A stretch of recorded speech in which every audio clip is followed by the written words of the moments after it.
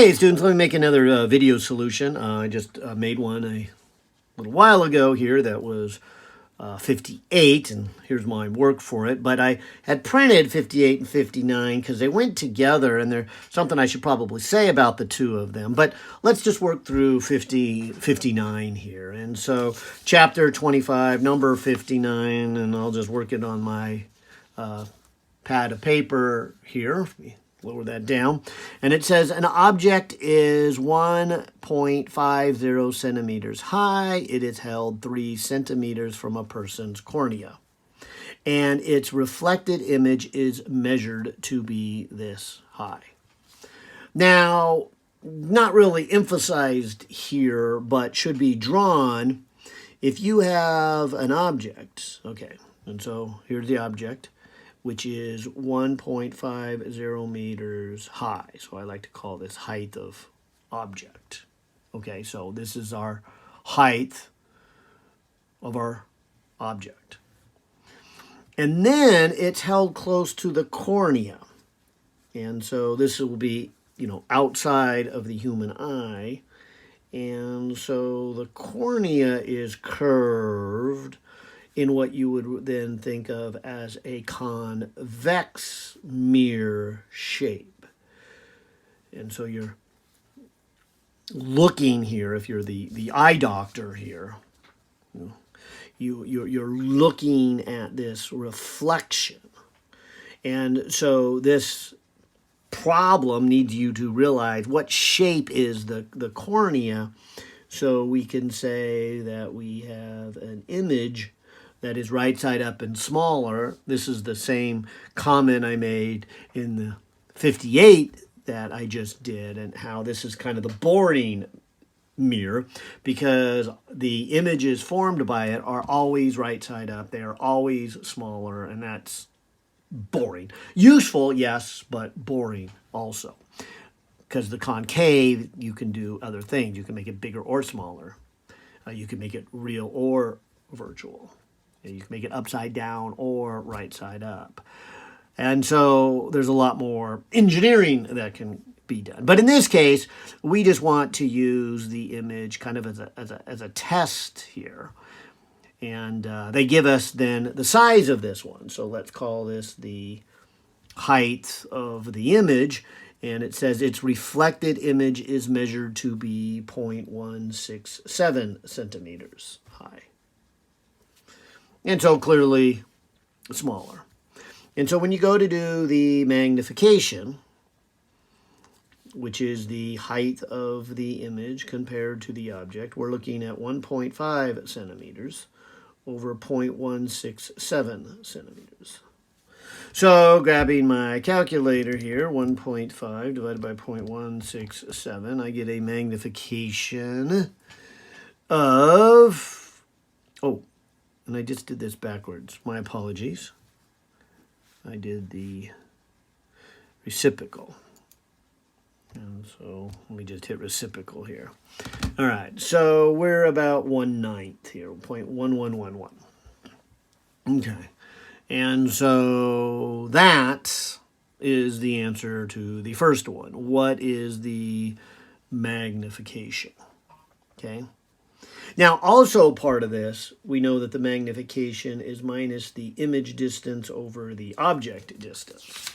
So we can use this to get a mathematical connection between image and object distance. Okay.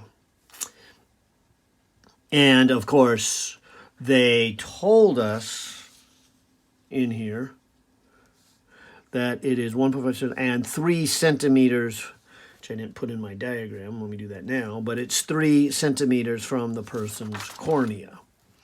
So 0.111 times the 3, like I said, that's about 1/9.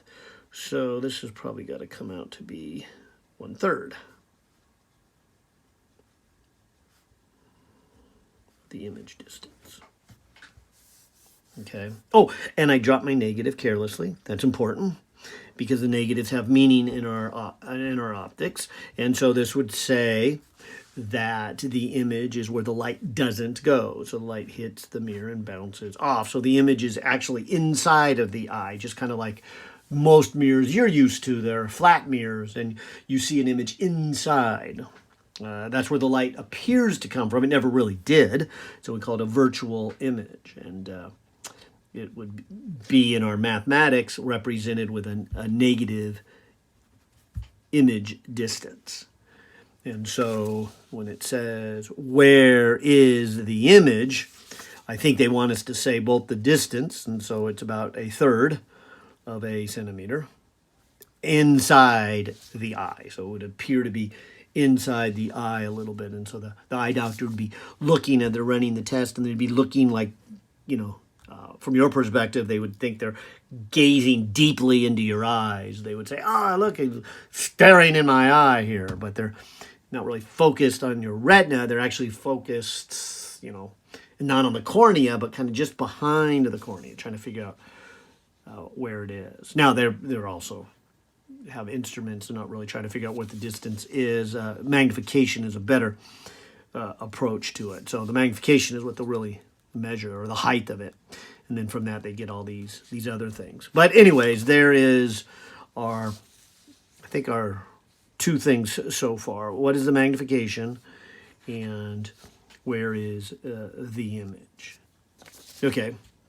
And then C here, it says find the radius of the curvature of this convex mirror formed by the cornea. Note that this technique is used by optometrists to measure the curvature of the cornea for contact lensing fitting. Okay, the instrument used is called blah, blah, blah, blah. All right, but if I do 1 over image object distance over 1 over image distance, I will get focal length. And as you kind of heard me say in the lecture and the other videos, the pluses and minuses are important. Everything represents distances, but the negatives can be very, very helpful. And so if I take 3 centimeters here and a negative 1/3 of a centimeter here, I can find the focal length. And again, using my calculator, I like to write it this way. Take the reciprocal of 3 and then subtract the reciprocal of 1/3. Take that result and take its reciprocal, and that's how I'm going to flip over this 1 over f. But that just makes it so convenient to enter into our calculator. 3 reciprocal minus 0.33333 reciprocal, hit enter, take the reciprocal of that result, and so we're looking at a focal length of a negative, and let's talk about that negative, 375. Okay. And of course that negative means that the curvature is someplace where the light doesn't get to, so light bounces off, and so it would, of course, tell you it's a convex shape instead of a concave shape. And so had we got a positive there, it would have been a concave. But like the problem said, we're looking at the cornea. We already knew it was convex, and so if we had gotten a positive number, we should be very concerned. Okay, so now if I double this, and so times 2, I'll get the radius of curvature, which is about a 0.75. Let me put the negative in there, because again, as I mentioned on the other problem, these really should have radius of curvatures that are negative, although it wouldn't surprise me if you look at these solutions and they give positive for this, because a lot of times people don't like to list distances as negative numbers. But I think in optics that's okay to do that. It's very understandable. Everybody understands that the number, the absolute value of the number is the actual physical distance, and then the plus or the minus also has another meaning, which would tell us whether it's concave or convex. And so I think we should leave the negative in it. And looking up at the solutions, I see the author does leave the negative here. But back in 58, the author did not. The author did an absolute value. And that could confuse you. And so I wanted to make sure I said something both on the video for 58 and this video for 59 that it's probably best with the negative. At least that's my opinion. But it wouldn't surprise me if somebody dropped it off. But I would encourage you to leave the negative. Now, the fact that the author does one positive and one negative probably makes things worse than just having them both positive or both negative. But both negative, I think, is the ideal case. All right. Hope this helped. Take care.